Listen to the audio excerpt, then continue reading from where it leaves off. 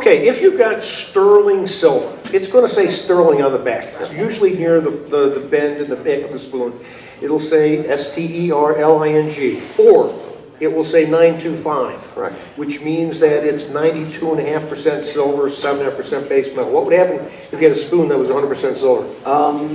I don't know. It would bend. Never been. It would All right, bend. that's They attach copper tin to make it harden it up so it's more usable. Yep.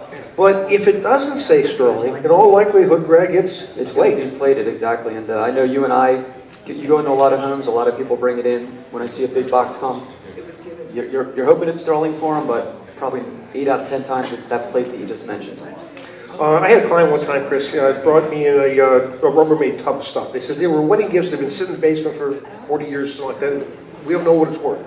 So I went through the stuff, and I sorted it into sterling silver, silver plate, and pewter. I sent them home with the pewter, and I sent them home with the silver plate, said have a garage sale with it, because nobody wants it. Right. The sterling we converted over $4,000, so there can be some good value in sterling, not much value in silver plate. Now, Greg, I showed you this chart I found out of a book. It's a book that the famous Harry Rinker wrote a while ago. Okay.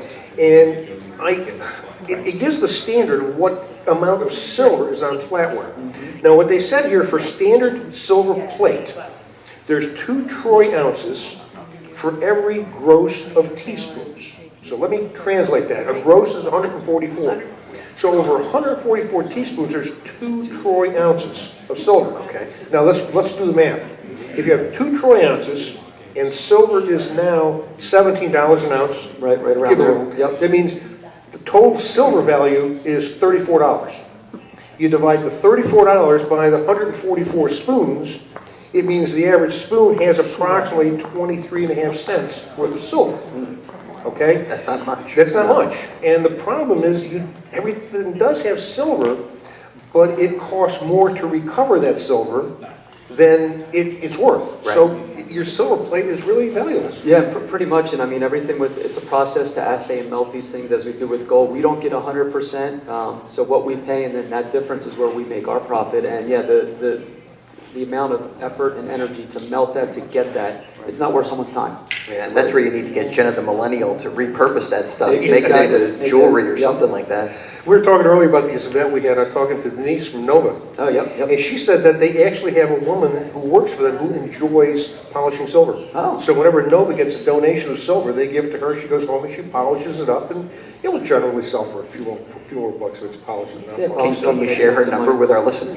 No, but I'm thinking that would be a great part-time job this time of year. Yep. Become a professional part-time silver polisher and do it out of your own home and whatever. But have you heard of quadruple plate? No? Okay, quadruple plate was a marketing term, generally in Victorian times. And so the suggestion was because it was quadruple plate, it would probably have more silver, it had to be a lot more valuable. That's like twice as much or 4 times as much. Quadruple is 4, right? Yep. Hence they would charge you more for the quadruple plate. But the bottom line is silver plate is just not going to bring much money. Yeah, exactly. And unfortunately, some people come in, it happens the other way. They think it's just plated, and you and I have done jobs where we've given $2,000-$3,000 to people because those forks are heavy. So, if you call Mike out or you come to our store, it's always at least for us to look at it. We can identify it quickly, but we don't want that value to be thrown out. Yeah. But if we tell you it's plate, like Mike, we either tell you to donate it, garage sale it, or because you can't even give it away. Yeah, Nobody wants it's really, you can't. And the beauty with sterling, you could drive over sterling with a steamroller, Yep. and you still scrap it. It's Yep. still worth that silver value. So, Yep, 92% pure. anything else you want to add on silver plate, Greg? No, I think that's about it. But like I said, if you call our store at the Doylestown Gold Exchange, or you have Mike out at your home or to look at it, just we always want to take a look. We'd rather tell you it's worth nothing, but we always like telling you it's worth something. All right, here's one for you. All right. I saw one of your competitors advertising in the newspaper that, they're usual, we buy old A, B, C, D, E, and they said they're buying silver plate. Right. I'm thinking, why?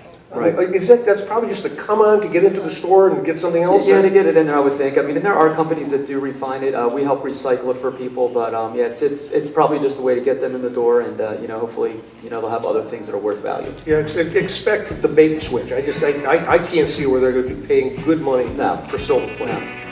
Yep, not at all.